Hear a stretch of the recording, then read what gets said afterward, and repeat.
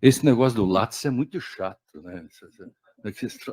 Eles tiram do Lattes isso, assim, aí embaixo, assim, pesquisa, hein? Tem isso, né? Enfim. Então, boa noite. Tentar concatenar tudo isso, é muita informação. Disse o Jacinto que os advogados, assistentes de acusação da Petrobras nunca fizeram uma pergunta e foram lá e entregaram a Petrobras. É a primeira vez que a vítima é multada. Isso é espantoso, não? É uma coisa espantosa, né? Então, quero falar aqui e saudar o Dieter, o Xixo, enfim, que fizeram tudo isso e convidaram a Rosana, a Mariângela, o Pier Paolo, o Jassa, e quero falar também da importância de algumas pessoas, né? Como o Fernando Fernandes, que também batalhou muito contra a Lava Jato, o Apio, né, que já esteve aí, me mandou um recado, que agora no final acabou, digamos assim, não entendi até agora por que a Mônica Bergamo botou aquilo na Folha de São Paulo. Não entendi. Ela que é amiga do Prerro e tal, um monte de gente, e aí passou com um trator em cima do Apio. Até agora eu não entendi por que a Mônica fez isso. Ela não precisava fazer isso. Essa é uma coisa que me preocupa muito. O Auri também, que batalhou, enfim.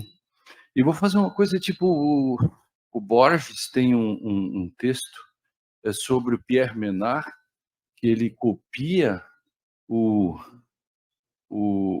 Quixote, igualzinho, mas só que é diferente. Então, eu estou fazendo um pouco disso aqui, e trabalhar um pouco, mostrar que como era difícil, né? Um pouco da alegoria da caverna, porque havia um clima assim que uma espécie de véu da ignorância, não no sentido de Rawls, mas um véu da ignorância mesmo, uma idiosfera, né, que poderia se chamar a partir do Barthes, ou um mundo da pseudoconcreticidade, né? Esse é um autor que eu estudei, Karel Kosick, tem um livro chamado Dialética do Concreto. O professor mandou comprar, nós fomos lá na universidade, na livraria, o cara disse assim, a parte da física do concreto é em outro lugar, não é aqui. Nunca esqueça. Então, um pouco disso, um magma de significações, a gente não enxergava. Então, é um pouco do mito da caverna. As sombras são sombras. Aí tu dizia que a Lava Jato era uma fraude e as pessoas ficavam... a família brigava com você porque a Lava Jato era um modo de ser no mundo. Entendeu? Tipo coisa heideggeriana, assim, um modo de ser no mundo. A Lava Jato é o meu desdejar sempre, né? Algo assim, né? Então, como você vai batalhar quando você tem uma foto do Caetano, do Freixo, do Randolfo, junto com o Bretas? Mas a gente está fadado a perder. Como é que nós vamos ganhar no discurso com o Tribunal do Rio de Janeiro, com a toga, todos fazendo homenagem ao Moro? É muito difícil. Então, as sombras são sombras. Como mostrar? Isso é e o jornalismo, se tu disser dois jornalismos discutindo sobre a Lava Jato, chove lá fora. Eles ficavam dizendo uma narrativa e ninguém ia lá fora para botar a mão para ver se chovia mesmo. Porque isso não interessava nem um pouco.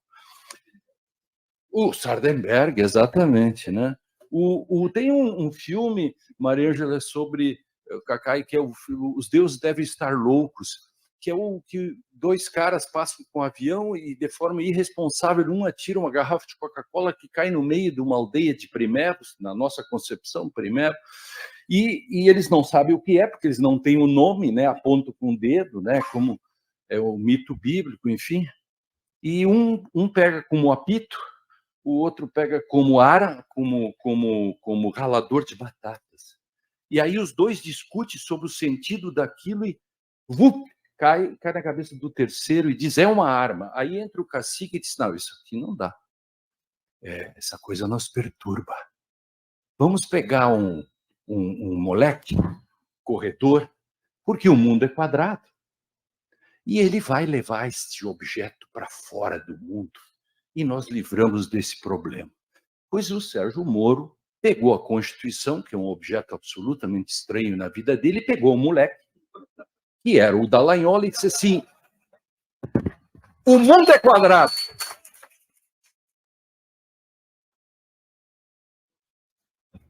Como o mundo é quadrado, você vai atirar a Constituição para fora. E ele está correndo até hoje.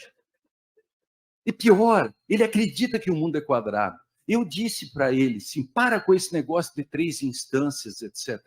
Porque eu digo para os alunos nas palestras por eles, gente, 3, saber que só existe 2 instâncias salva vidas. Porque se você achar que termina na segunda instância, seu réu está morto. Então, estes caras, farciadamente, estão dizendo isso. Então, Hugo Mercier é um sujeito que fez um livro, acho que só eu e o Hélio Schwartzman que lemos, que é sobre Not Born Yesterday, um livro assim, Não Nascido Ontem. Eu recomendo. Ele faz uma análise sobre 2 tipos de crenças. Você pode acreditar que a Terra é plana. Isso não lhe faz mal, porque se você for buscar a borda do mundo, não vai achar e você não vai cair. É uma crença, como tomar chá vai curar o câncer, algo desse tipo. Agora você pode ter a crença intuitiva, essa que é perigoso. Por quê? Se você acha que Newton era um farsante, Pierre Paul, você não vai ao 10º andar para testar. Essa é a crença intuitiva, mas eles vão. Os 2 e outros da Lava Jato têm crenças intuitivas. Eles testaram. Eles testaram até o final. E por isso caíram no 10º andar e não puderam nem dizer que a tese sobre o Newton era uma fraude. Porque eles morreram nesse negócio. Quer dizer, morreram para você, eles estão vivos no nosso coração, diria alguém. Não é verdade? Então, é como personagens. Como é passar limpo a Lava Jato, que é o nosso tema? Passar limpo a Lava Jato é fazer uma epistemologia da Lava Jato. O que é epistemologia? Epistemologia é discutir as condições de possibilidade pelas quais uma coisa é e não é. Desde que Descartes tomou cerveja em Ulm, que é a melhor cerveja do mundo, e disse cogito ergo sum, começou a confusão. Porque um gaiato chegou e perguntou, como assim? Aí começou, a fundamentação da Constituição começou lá, depois da cervejada da modernidade do Descartes. Então, são 3 pontos aqui. 1, como não deixar acontecer de novo? Já sinto encerrava o discurso com isso. Entender o que aconteceu. E terceiro, no que colaboramos, nós, comunidade jurídica, com isto tudo. Lato sensu e estrito sensu. Lato sensu, a dogmática jurídica que ainda acredita no livre convencimento, verdade real, essas fraudes. Os professores continuam ensinando essas fraudes nas faculdades. Agora, a polícia, a lei geral da polícia diz que o inspetor tem livre convencimento. Isso eu achei genial. Ninguém no mundo pensou nisso. E nós vamos colocar isso na lei geral das polícias. Não basta estar no Código de Processo. Agora o investigador disse, eu vou investigar. Não, eu não vou investigar. Afinal, eu tenho livre convencimento. Ponto. Não é? Nem recebo ordens. Por quê? Porque se eu tenho livre convencimento, por que eu vou obedecer ordens? Institucionalização disso. Eu disse para o Moro, em 2015, com juízes como você, que dizem que tem livre convencimento, ele dizia, mas eu tenho livre convencimento, diz assim, eu prefiro, sabe o que, o textualista do século XIX. Esse cara me dá muito mais garantias que você, porque você vai ajudar a destruir o direito. Em 2015, lá no debate do IBC Crim, eu acertei. E estrito sensu.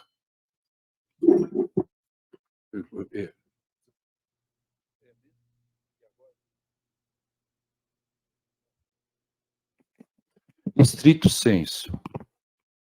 Estrito sensu, houve a colaboração via delação, parcela dos alguns advogados forneceram insumo, sem isso não teria avançado. Vamos confessar, vamos dizer o que as coisas são, dar nome. as coisas. Dá nome aos bois, mimoso, tal. Os bois têm nome. Na minha terra era assim, era o cacique e o leão. Os dois bois que o meu pai tinha. Apoio do Poder Judiciário, até do STF. Olha agora o TRF4, como é que ele fundamentou a suspeição, pois ele tinha que ter feito isso desde o início. Pegou a teoria da aparência. Eles descobriram no TRF4 que não basta ser imparcial, tem que parecer ser imparcial. E foi genial isso, né? Lá do caso Larsen, né? Havia algo de podre no reino da Dinamarca e tem o caso Larsen no Tribunal Europeu dos Direitos Humanos. Então, de novo, artistas políticos e mais da metade da gente do direito, 63%, Cacai, nós que entramos com as ações da presunção da inocência, são os 63% que eram contra a presunção da inocência, eram os mesmos 63% dos advogados que eram a favor da Lava Jato. O direito é o único lugar em que, se fôssemos médicos, nós estaríamos fazendo passeatas contra os antibióticos. Claro, porque o professor, hoje o aluno sai odiando a Constituição. Técio. O professor diz isso, o professor diz, Constituição serve para quê? Tem direitos demais. Isso nós estamos ensinando na faculdade. As faculdades de Direito, lato sensu, viraram uma fábrica de fascistas, de reacionários. E eu avisei, e vai voltar, aí que está. Eu avisei isso desde o primeiro governo, o Fernando Fernandes estava comigo, nós fomos lá, eu disse para o Dino e companhia, estava lá, Gleice e tal, disse assim, olha o que nós temos que fazer. Tais e tais, tais, tais, tais. Bom, o governo é autossuficiente, você sabe que ele não ouve ninguém, ele não dá bola para ninguém, e depois de tudo que nós fizemos na Lava Jato, nunca, nenhum membro do governo chegou e disse assim, o que você acha sobre segurança pública? O que você acha sobre isso? Não, eles não precisam. Pode ter de novo. Então, esse é o problema. Agora, tudo começa com uma Kombi e depois vira uma frota de ônibus. Nós éramos uma Kombi enfrentando essa gente toda. Então, eu volto ao ponto 1, como não acontecer de novo? Eu vou contar de novo a alegoria dos 3 barquinhos que eu contei para o Sérgio Moro. No debate, eu disse para o Sérgio Moro, já tinha um sujeito que vinha uma enchente e a água estava pelo meio das pernas, e aí veio um barquinho e disse, olha, vamos embora, a enchente vai com mais. Disse, não, Deus vai prover tudo, e ele não vai deixar de me faltar. E o cara foi embora. Depois a água estava por aqui, disse assim, outro barco, ele disse assim, Deus vai me salvar e tal. E veio o terceiro, ele estava com a água por aqui, assim. Aí ele disse, vamos embora, você vai se afogar. Eu disse, meu Deus, morreu afogado. Chegou irritado, chegou no céu e chegou com os 2 pés para cima de Deus. E Deus disse então, que eu mandei 3 barquinhos e você é um imbecil. Ponto. E eu contei essa história dizendo que o direito, enfim, eu fiz uma metáfora que é mais ou menos o seguinte, era assim, ó, a primeira foi o mensalão, o primeiro barquinho, mas aí a culpa é nossa. Nós não pegamos carona no barco. A gente achava que Deus, entre aspas, proveria. Aí veio o segundo barco, os movimentos 2013. Muitos amigos meus se apaixonaram por aquilo e saíam, né, fazer passeatas de 2013. Assim, o ovo da serpente está ali, isso é um fascismo, isso vai dar merda. Depois, aí o terceiro, a Lava Jato. Aí vem a pergunta, será que nós pegamos mesmo esse barquinho? Talvez sim, talvez não. Eu gostaria de pegar o iate do Cacai. Mas o barquinho, por enquanto, é esse aí. Então, nós temos que cuidar. Então, a Lava Jato nasceu antes do lavajatismo. E a Lava Jato morreu, mas o lavajatismo não. porque o lavajatismo é uma ideologia que é um corpus de representações que se fixa e prescreve de antemão que se deve agir e sentir como forma de construção do imaginário. Sabe por que eu decorei isso?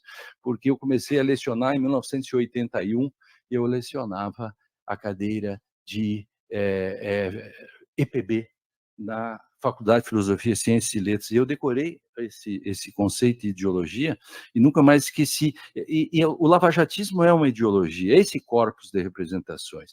Eu escrevi um texto há muitos anos, e quero agradecer, Xixo, pela oferta da fundação lá de fazer uma coletânea de tudo que eu escrevi nesses tempos todos, foram mais de 130 textos, provavelmente. Eu escrevi o texto AMDM, antes do mensalão e depois do mensalão. Avisava que ali vinha coisa, era o primeiro barco. Depois, antes da Lava Jato e depois da Lava Jato, mostrando o seguinte: nós colaboramos com tudo isso, as faculdades colaboraram, nós temos que fazer, eu disse para o Dino, disse para toda a cúpula, assim, ó, ensino jurídico urgentemente, modificar reforma no judiciário, etc., senão nós vamos levar outro backlash.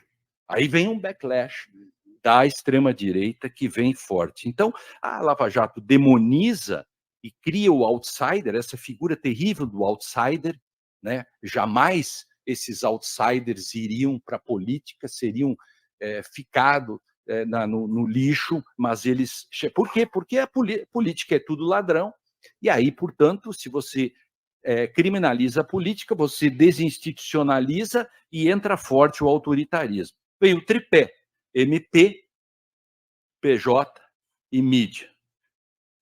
Que o Bernd Ritters, o velhinho, que o mais premiado da Alemanha, que escreveu o livro Die unbegrenzte Auslegung, a interpretação, uma interpretação ilimitada, chama de degeneração.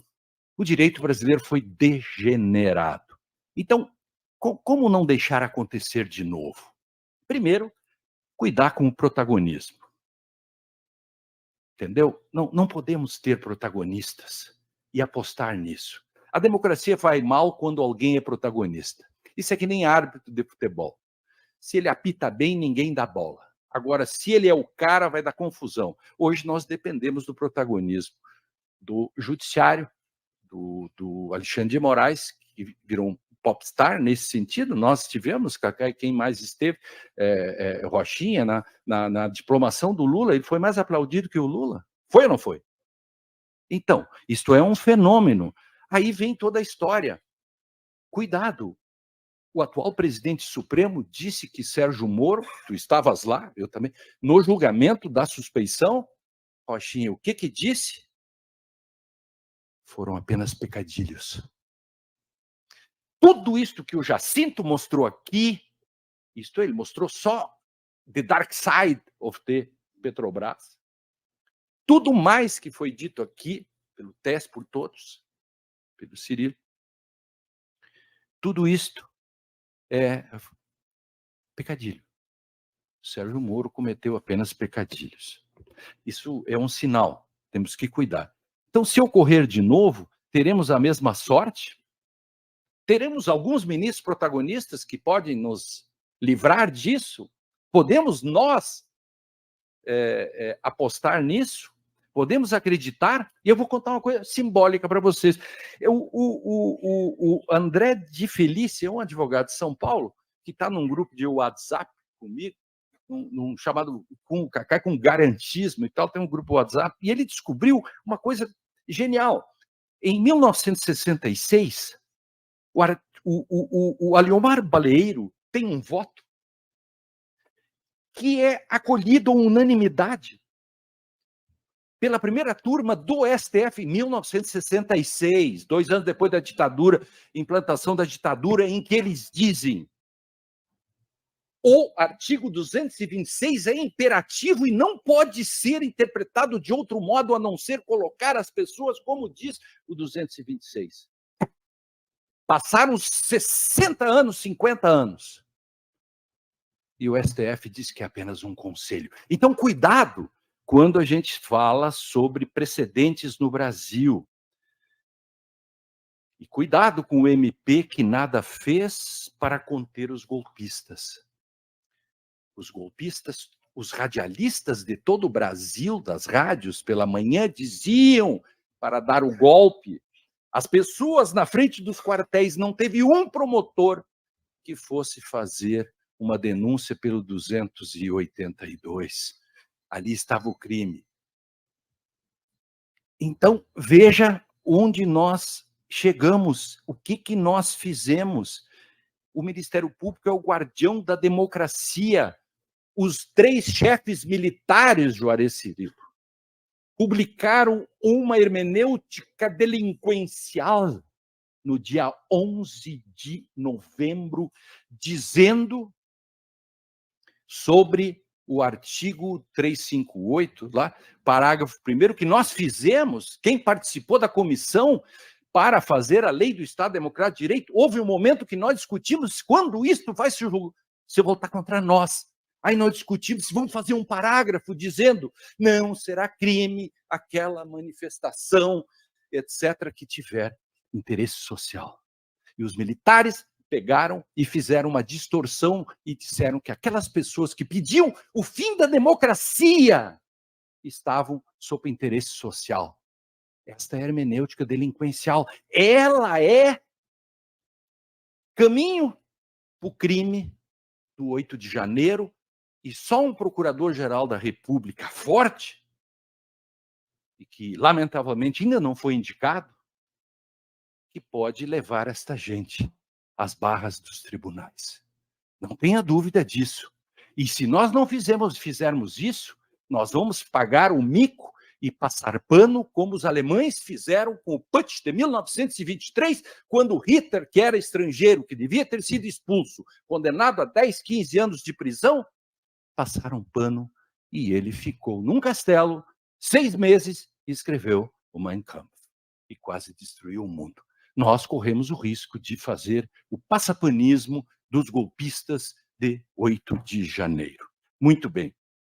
Então, nós livramos da Lava Jato, que gerou o Bolsonaro, que gerou o 8 de janeiro, mas não estamos livres. Problemas. O mesmo que denunciei no debate com o Moro em 2015. Alguns probleminhas rápidos. Problema do Brasil, protagonismo judicial. Somos aqui advogados e nós estamos vendo parados, pouca gente resiste sobre o positivismo jurisprudencialista ou realismo jurídico. No Brasil não há mais leis. Existem teses, súmulas e enunciados. Se eu estiver exagerando, por favor, me denuncie imediatamente para o órgão responsável, os crimes epistemológicos. Eu sou réu, confesso, se assim entenderem. Segundo, as derivações disso. O Poder Judiciário constrói direito todos os dias. O precedentalismo. As pessoas se apaixonaram. Gente importante do processo se apaixonaram e disseram que os tribunais superiores são cortes de vértice. Cortes de vértice. Nós sofremos e eles de vértice. Captou o trocadilho? É o que deu na hora para tirar, né? Enfim, mas assim, cortes de vértice significa que os tribunais fazem para o futuro. O Brasil é o único país do mundo que faz precedentes. Precedentes não se faz, eles acontecem, são contingências. E nós construímos para o futuro, que isso é construção de leis. E isto não é tarefa. Mas a gente gosta de vez em quando, principalmente quando tem algumas pautas fofas. E aí, né, Magda, pautas fofas, o ministro dá uma decisão fofa e depois ele dá-lhe uma pegada do tipo: STF autoriza bancos a retomar imóvel sem decisão. Mas ele acabou de dar uma boa decisão, digamos assim, dando, que é fofíssimo, dá 180 dias para pai de gêmeos. Mas quem vai ser contra essa bondade? Agora, claro, isso só funciona para funcionário público, claro, porque o cara do Bradesco não vai obedecer, mas nós achamos que a viúva pode tudo. E aí nós somos assim. Aí o juiz de garantias. O juiz de garantias vem o backlash do judiciário. O judiciário não gostou. O STF não gostou do juiz de garantias. Aí no Brasil, quando a gente não gosta, faz backlash. O, o, o, o legislativo faz backlash contra o judiciário. Claro. Como é que ele faz? Dizendo que vai tirar o poder, dizer por último, tal. E o judiciário faz assim, o legislativo apoia o juiz, aprova o juiz de garantias, o judiciário não gosta. Como não tem como dizer que é inconstitucional, ele faz o quê? Uma interpretação conforme a Constituição, que não é.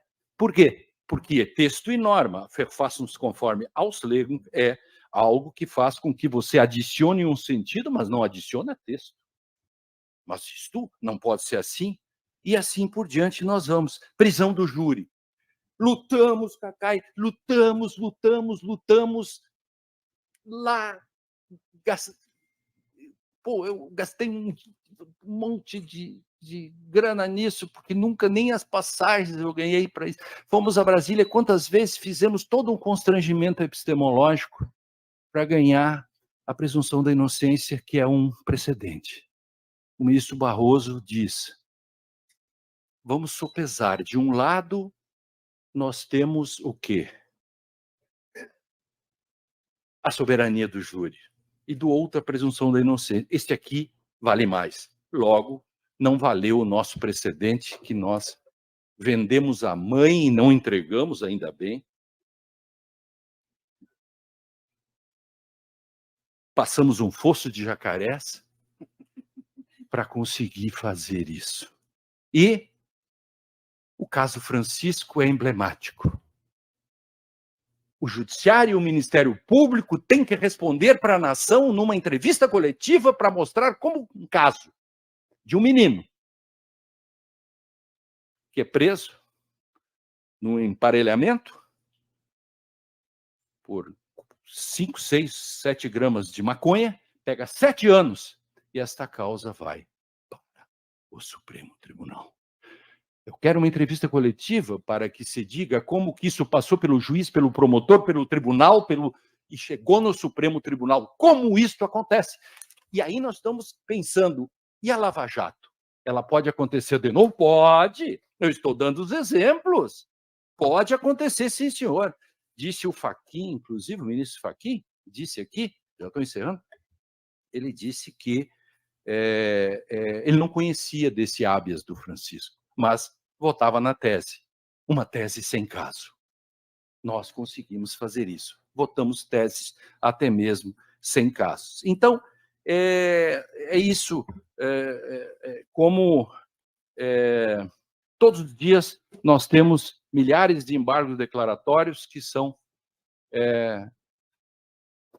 indeferidos por livre convencimento. Por que eu estou dizendo isso? Porque eu quero que alguém me traga um embargo declaratório já deferido, Guilherme, com base no livre convencimento. É tudo contra. Mas então vêm os processualistas amigos e dizem, mas o livre convencimento é uma vantagem porque veio para superar a prova tarifada. Como assim? Que vantagem? Você tem uma espécie de tarifação, que é hoje uma garantia, e aí você usa para destarifar? Que sentido tem isso? O que fazer, então, para não acontecer de novo? Bom, porque fomos surpreendidos com uma operação que causou 500 bi de prejuízo? Os números não são meus, são do Procurador-Geral da República, 500 bilhões. Não são meus os números. A minha Lava Jato não surpreendeu. Eu peguei o primeiro barquinho.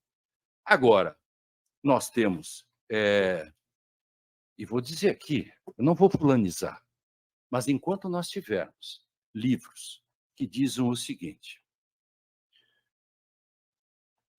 o juiz, quando forma sua convicção, ela pode ser verdadeira ou errônea, mas jamais falsa. Sim. Não vou fulanizar, mas eu vou dar outro, e agora de um jurista mais crítico. Vejam, preste atenção e vocês me digam se a Lava Jato não pode acontecer de novo. Preste atenção, vou ler devagarinho, por favor. Não vou dizer quem foi, mas o juiz é livre na formação de seu convencimento. Ele pode optar por aquela versão que lhe parecer mais conveniente. E vocês se queixam depois da Lava Jato? E as faculdades continuam fazendo isso? E um outro diz que sentença vem de sentire. E vocês se queixam da Lava Jato? Alguém se queixa da Lava Jato e tem dúvida de que nós corremos risco forte com relação a isso? A mim isso não surpreende. Por isso, talvez eu tenha sido um dos primeiros a denunciar isso. E o que a gente precisa? Numa frase final, constrangimento epistemológico. Eu inventei esse negócio, está no meu dicionário, que é constrangimento epistemológico, para não precisar explicar, vamos dar o exemplo que o Bernd Ritters, o cara que ele não criou esse conceito, ele apenas fez um livro mostrando como o nazismo foi se instaurando, se crescendo, e ele diz por quê no livro uma interpretação ilimitada de unbegrenzte Auslegung. Eu chamo de uma interpretação não constrangida, para puxar a brasa para o meu assado. Aí ele diz, a doutrina não doutrinou. A comunidade jurídica foi conivente. E eu digo, só um constrangimento epistemológico que nós fizemos, Cacai, com todos. Todos os dias escrevendo, todos os dias indo, falando com todos os ministros, explicando um por um, todos os dias nós estávamos durante 3 anos e depois mais 1 ano e pouco só para suspeição do Moro, fazendo 3 livros, 4 só sobre isso, para constranger. É isso, Rochinha. Nós temos esse trabalho para fazer, para que a gente possa fazer como o Darim disse, o personagem, no final. Ele faz aquela entonação, né? Aí tem o dramático, né? Tipo júri, assim. Ele diz, blá, blá, blá, blá, blá, para que nunca mais. Nunca mais. Essa é a nossa tarefa.